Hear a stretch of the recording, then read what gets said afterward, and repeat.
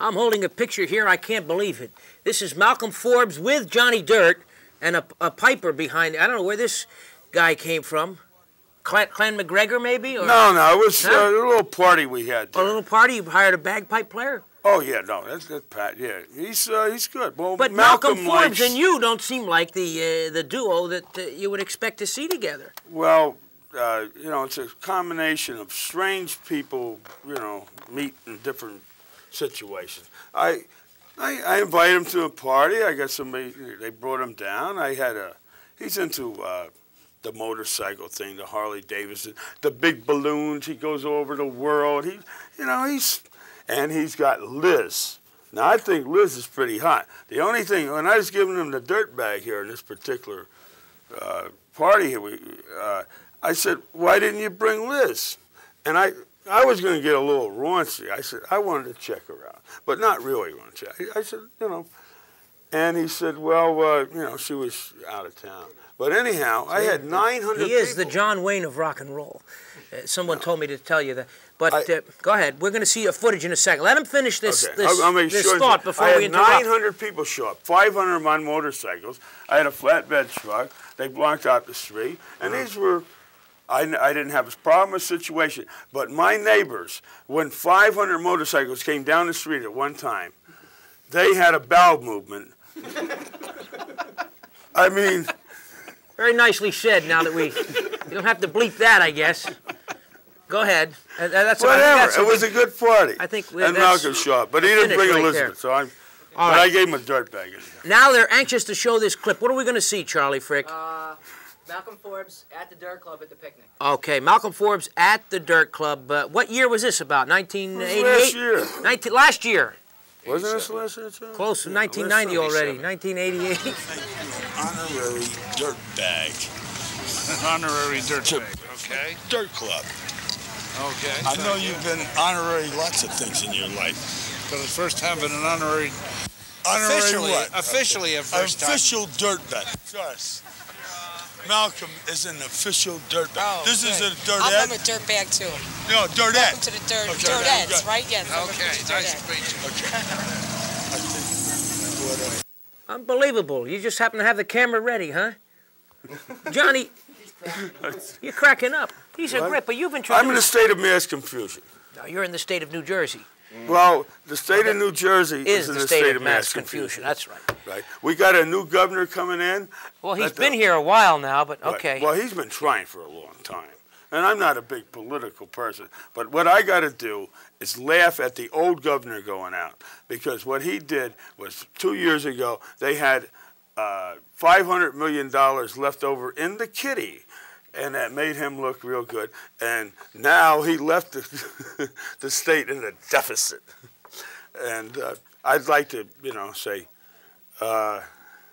So you don't think the money was well spent, in other words? I think what he did was put a lot of his friends into office and gave them all a raise, and they all had a good old time.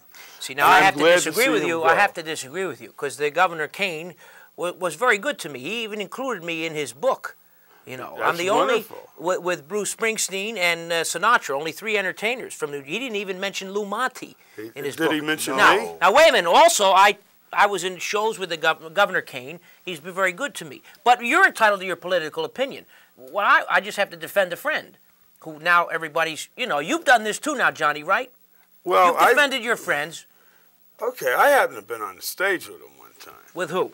Governor Mr. Kane? Kane, yes. Mr. Kane, now, yeah. Yeah, Mr. Kane. Now, you cannot agree with somebody politically. What about the people that say Johnny Dirt should become politically involved, run for office? How do you think you would do? I don't want that lousy job. You don't want it? No. If you I've had some people, you know, suggest something like that. And I would say it would be a fun trip, you know, doing it. But the situation all these people are in is... it's a tough one, isn't it? Well, it's... I think it's pretty sleazy, really. To be in politics? Yes.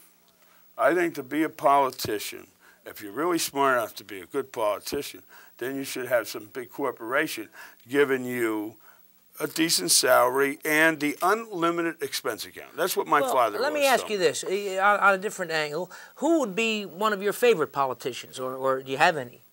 Richard Nixon. He was pretty good.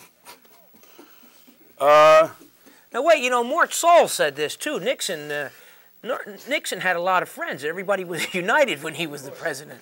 Okay, Everybody they're was still kind of, united. What the we hell? had like a common Richard cause. Nixon, he's still.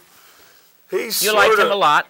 I liked him and Ike. 1952, I lived in Indiana. I like Ike and Richard Nixon. He was the vice president. He goes back 3 decades. What do you think about our new governor now, Florio? I don't know. Okay. I don't know. What about the mayors of Newark? And you're an old Newark guy. I mean, did you like Adonisio? Adonisio? I remember sitting in the Waldorf cafeteria on Broad Street in 1958 or 59, and Adonisio came in there, and he ran a good city at that time there. He had a club in his hand. He was like this principal, Joe Clark from Paterson, New Jersey. He ran that city. It was clean. It was straight. They had 5 or 6 all-night cafeterias there. They had the Novelty. They had the Waldorf. They had several other cafeterias. They had 40 or 50 bars. They had burlesque. I can remember Newark. Washington Street, the Empire Theater. The Empire Theater, across the street from Bamberger's, on the corner of Washington Street and Washington and Market Street. They had the big burlesque house. It was famous. I remember Ann Correa, a friend of mine, produced. I was a kid. He produced Ann Correa. This was burlesque at the Empire Theater in Newark, New Jersey. The Catholic Church, what they did was they put the pressure on the city council in them days to take the biggest draw that Newark, New Jersey had, because it was famous, one of the most famous cities in the country. They had Jackie Gleason and Moberly. Okay.